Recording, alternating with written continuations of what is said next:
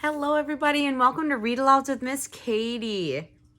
So today we're going to be reading one more of those super cool books by Jory, John, and Pete Oswald. This one is called The Cool Bean.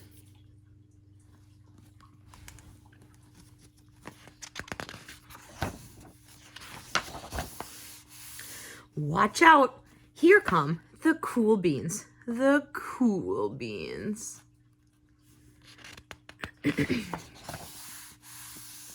Oh yeah, check out how they move. Look at the way they swagger. Notice their sunglasses. Yow! The cool beans are known all over school, from house to house, across town, beyond county lines. In the olden days last year, we were all one big pot of beans. We were a mixed bag, but somehow it worked. Yep, those were the good old days. And then we stopped seeing each other as much. Oh, that's just how it is sometimes. You spend less time together even though you're not totally sure why.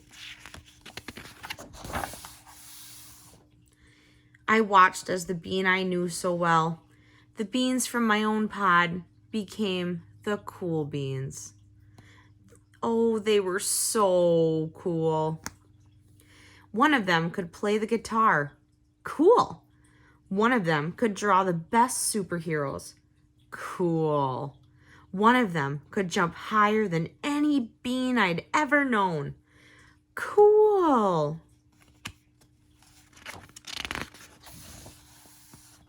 Me?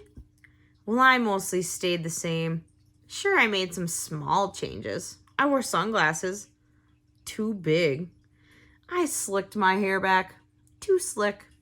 I strutted around. Ow! I swaggered. Oof. I was still picked last for everything. My clothes never seemed to fit. I snorted when I laughed. I walked into stuff. I was an uncool bean for sure. I started thinking of myself as just a common bean with no special skills. I couldn't compete, so I didn't even try. I'd never be a cool bean.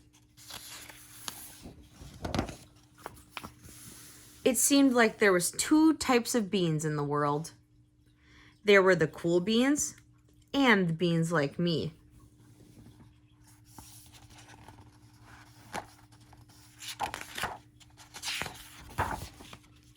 The days all blend together. I lived my life and things were just okay. I took tests and ate lunches and mostly kept to myself. The cool beans continued being cool. I mean, sure, I missed them a bit, but it's not like I was going to say anything. I felt like all that coolness had gotten in the way of our friendship. And that's how it went until one day.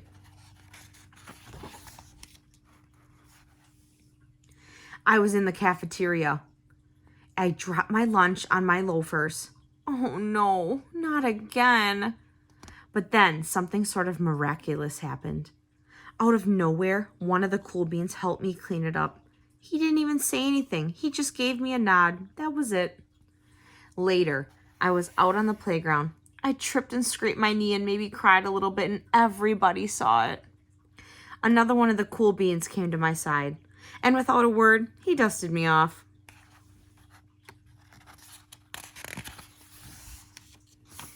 That afternoon, I was sitting in class. I wasn't really paying attention. I didn't notice, but our teacher had called on me. Everybody stared. I sat there in silence. Nobody said anything. And then, everybody just laughed at me. That was it. After today, I was officially a has-been.